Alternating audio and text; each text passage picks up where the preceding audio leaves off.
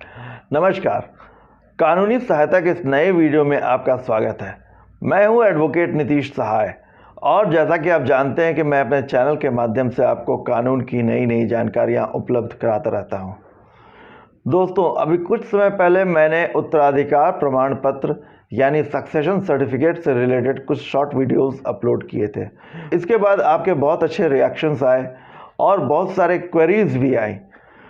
उनमें जो सबसे ज़्यादा क्वेरीज आई थी वो थी कि सक्सेशन सर्टिफिकेट पाने का पूरा प्रोसीजर क्या है, सक्सेशन सर्टिफिकेट का रिवोकेशन कैसे होता है और क्यों ज़रूरी है रिवोकेशन।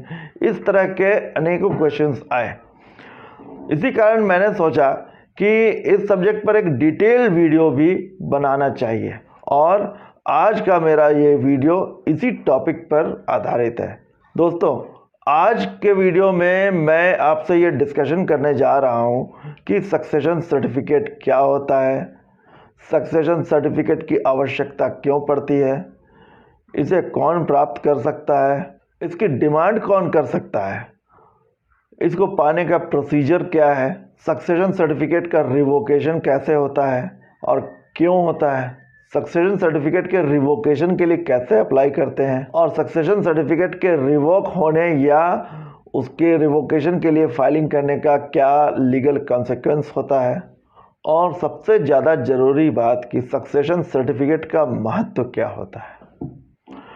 तो दोस्तों, आज का ये टॉपिक बहुत ही इम्पॉर्टेंट है और इसी कारण मेरी आपसे ये रिक्वेस्ट है कि इस वीडियो को अंत तक ज़रूर देखिएगा। साथ ही साथ यदि आप मेरे चैनल पर नए हैं और अभी तक आपने मेरे चैनल को सब्सक्राइब नहीं किया है तो कृपया इसे सब्सक्राइब कर लें ताकि लीगल जानकारी युक्त वीडियोस की नोटिफिकेशंस सबसे पहले आप तक पहुंचती रहे। धन्यवाद। तो चलिए वीडियो शुरू करते हैं।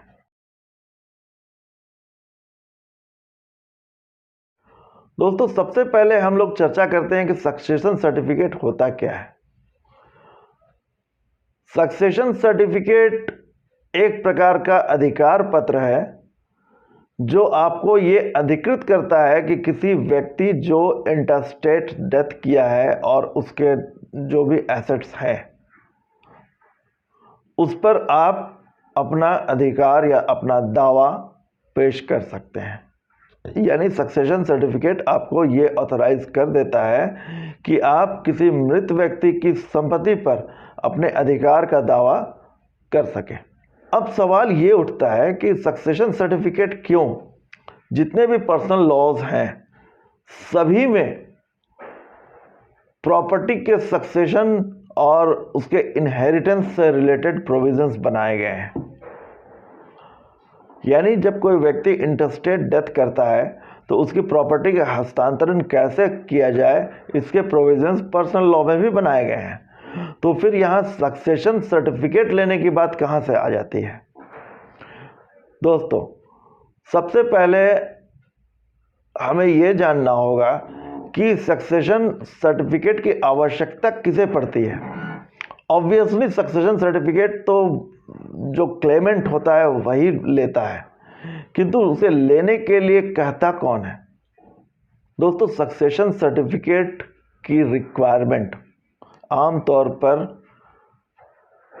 इन जगहों पर होती है। सबसे पहले जहां पर आप काम कर रहे हो, आपके जो नियोक्ता या एम्प्लॉयर हैं उनको इसकी ज़रूरत पड़ सकती है, वह भी अगर कोई विशेष परिस्थिति उत्पन्न होती है तब। या आपने अगर कोई बैंक में अपने जो एसेट्स छोड़ रखे हैं, बैंक में जब कोई व्यक्ति अपने पैसे छोड़कर वो इंटरस्टेट बिना किसी विल को किए अगर डेथ कर जाता है तो ऐसी स्थिति में बैंक को सक्सेशन सर्टिफिकेट की ज़रूरत पड़ती है उसके उचित लीगल हेयर यानी उत्तराधिकारी को वो पैसे सौंपने के लिए। तीसरा, अगर कोई स्टैट्यूटरी प्रोविजंस के अंतर्गत कहीं पर कोई सर्कमस्टांस बन रहे हैं या यानी ऐसी कोई परिस्थिति अगर बन रही है जिसमें कि सक्सेशन सर्टिफिकेट चाहिए तो उस परिस्थिति के अनुसार भी जो कंसर्न अथॉरिटी है यानी संबंधित अधिकारी हैं वो सक्सेशन सर्टिफिकेट मांग सकते हैं। किंतु जहाँ तक फैमिली प्रॉपर्टी की बात है, अगर फैमिली में कोई व्यक्ति इंटरस्टेट डेथ करता है तो उसकी फैमिली प्रॉपर्टी का जो डिस्ट्रीब्यूशन है वो उसके पर्सनल लॉ से ही गवर्न होगा। यहाँ पर सक्सेशन सर्टिफिकेट की कोई आवश्यकता नहीं है। सक्सेशन सर्टिफिकेट केवल सरकारी विभाग अथवा बैंक अथवा व्यक्ति के नियोक्ता यानी उसके एम्प्लॉयर को सक्सेशन सर्टिफिकेट की ज़रूरत पड़ सकती है। अब किन परिस्थितियों में सक्सेशन की ज़रूरत पड़ती है उसको भी थोड़ा डिस्कस कर लेते हैं। मान लीजिए कि मिस्टर ए एक व्यक्ति है जो किसी कंपनी में काम करता है। वे ए के 3 लड़के हैं, एक्स, वाई एंड जेड, और एम्प्लॉय की मृत्यु उसके कार्यकाल के दौरान ही हो जाती है।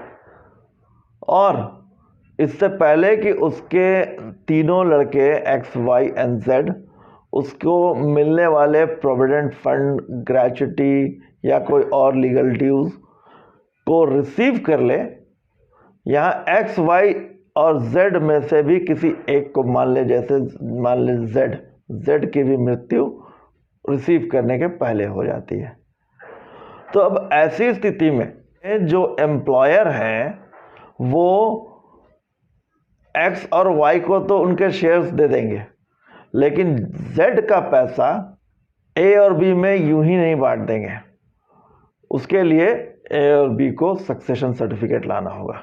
इस प्रकार के विभिन्न सिचुएशंस हो सकते हैं और भी कई एग्जाम्पल्स हैं जो साइट किए जा सकते हैं। कहने का मतलब ये है कि सक्सेशन सर्टिफिकेट के लिए कोई विशेष परिस्थिति जब बनती है और कोई स्टैट्यूटरी यानी लीगल इम्पेडिमेंट कोई जब आ जाता है कि उस लीगल इम्पेडिमेंट के कारण आप डायरेक्ट वो पैसा नहीं दे सकते हैं, तब जो कंसर्न अथॉरिटी है वो सक्सेशन सर्टिफिकेट की डिमांड करती हैं और अकॉर्डिंगली फिर सक्सेशन सर्टिफिकेट के लिए अप्लाई कोर्ट में किया जाता है। दोस्तों, अब सवाल ये उठता है कि सक्सेशन सर्टिफिकेट को कैसे प्राप्त किया जाता है। तो इसके लिए जो कॉम्पिटेंट कोर्ट होते हैं वहाँ पर आपको सक्सेशन का केस फाइल करना होता है। सक्सेशन के केस को फाइल करने के लिए जो अमाउंट जो आप क्लेम कर रहे हैं उसके आधार पर आपको कोर्ट फी भी पे करनी होती है। और उसके बाद जिस प्रकार टाइटल सूट फाइल करते हैं उसी के तर्ज पर सक्सेशन का केस भी फाइल किया जाता है। इसमें जितने भी ऑपोजिट पार्टीज हैं सबको इसमें इम्प्लीड किया जाता है, साथ में जनरल पब्लिक को भी इसमें पार्टी बनाया जाता है। और उसके बाद सभी अपना अपना इसमें रिप्लाई फाइल करते हैं। इसके बाद सबकी गवाही होती है और अंत में जब कोर्ट सेटिस्फाई हो जाती है कि पर्टिकुलर व्यक्ति जिसने अप्लाई किया है वो उस मृतक व्यक्ति से वाकई में रिलेटेड था और ये इंटाइटल्ड है उस पैसे को लेने के लिए, तब वो सक्सेशन सर्टिफिकेट कोर्ट इशू कर देता है। तो ये तो हुआ सक्सेशन सर्टिफिकेट इशू करने तक की बात।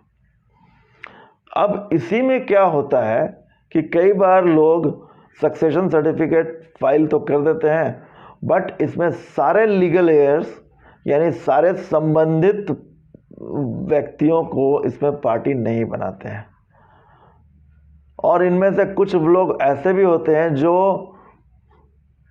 इन the eye of law legally entitle होते हैं उस प्रॉपर्टी या उस अमाउंट्स में से अपना शेयर लेने के लिए, और उनको पार्टी ही नहीं बनाया जाता है। और कोर्ट को डार्क में रख यानी मिस रिप्रेजेंट करके अगर सक्सेशन सर्टिफिकेट ले लिया जाए तो क्या ये सर्टिफिकेट वैलिड होगा? जवाब है बिल्कुल नहीं। क्योंकि जब भी उस व्यक्ति जो इससे प्रभावित हो रहा है उसे अगर ये पता चलता है कि सक्सेशन सर्टिफिकेट उसके एब्सेंस में उसे बताए बिना ले लिया गया है, तो ऐसे केस में उसका ये राइट बनता है कि वो इस सक्सेशन सर्टिफिकेट के अगेंस्ट में एक केस फाइल करे। इस केस को case for revocation of succession certificate कहते हैं। और ये केस इंडियन सक्सेशन एक्ट के सेक्शन 383 के अंतर्गत फाइल किया जाता है। अब इस रिवोकेशन ऑफ सक्सेशन सर्टिफिकेट के केस में भी प्रोसीजर वही होता है, बिल्कुल सेम होता है। यानी यहाँ भी गवाही होती है, काउंटर रिप्लाई होता है, उसके बाद क्रॉस एग्जामिन्स होते हैं और अंत में फिर कोर्ट जब ये पाती है कि इस व्यक्ति को वाकई में डार्क में रखकर अमुक सक्सेशन सर्टिफिकेट ऑब्टेन कर लिया गया है, तब वो उस सर्टिफिकेट को रिवोक कर लेती है, यानी वापस ले लेती है और सभी संबंधित पार्टीज को सुनकर फिर से एक फ्रेश ऑर्डर पास करने के लिए डायरेक्शन दे सकती है। इस प्रकार हम देखते हैं कि सक्सेशन सर्टिफिकेट को यदि गलत ढंग से प्राप्त कर लिया गया है तो उसके रिवोकेशन का भी प्रोविज़न एक्ट में ही बनाया गया है। इन सारे डिस्कशंस के बाद अब ये नतीजा निकलता है कि सक्सेशन सर्टिफिकेट एक बहुत ही इम्पॉर्टेंट डॉक्यूमेंट है। सक्सेशन सर्टिफिकेट का रिक्वायरमेंट मूल रूप से व्यक्ति के एम्प्लॉयर अथवा बैंक अथवा वैसे ऑर्गेनाइजेशंस जो व्यक्ति के लीगल ड्यूज के कस्टोडियन हैं, उन्हें ज़रूरत पड़ती है। For example PF authority, assistant labour commissioner for the purpose of gratuity, इन लोगों को ही सक्सेशन की आवश्यकता पड़ती है और इसलिए पड़ती है क्योंकि ये अपने अपने एक्ट से बंधे हुए हैं, यानी अपने अपने लॉ से बंधे हुए हैं। फॉर एग्ज़ाम्पल अगर मैं पीएफ की बात करूं तो प्रोविडेंट फंड का जो रूल है उसमें भी ये प्रोविज़न है कि अगर कोई व्यक्ति जो इंटरस्टेट डेथ करता है उसने नॉमिनेशन नहीं किया है अथवा उसके फैमिली मेंबर्स में कोई व्यक्ति नहीं है, तो ऐसे केस में ये सारा पैसा लीगल एयर्स को जाएगा। और लीगल एयर्स कौन है, वो ये डिसाइड कॉम्पिटेंट कोर्ट करती है by way of filing a succession case. तो दोस्तों, इस प्रकार हमने देखा कि सक्सेशन सर्टिफिकेट एक इम्पॉर्टेंट डॉक्यूमेंट है और ये इसलिए इम्पॉर्टेंट है कि व्यक्ति के जितने भी लीगल पावना है, यानी लीगल ड्यूज़ हैं, जो लीगल आउटस्टैंडिंग है, उनको रिसीव करने यानी उसे पाने में ये एक हेल्पफुल टूल के रूप में काम करता है। तो उम्मीद करता हूँ कि आज का ये वीडियो आपको पसंद आया होगा।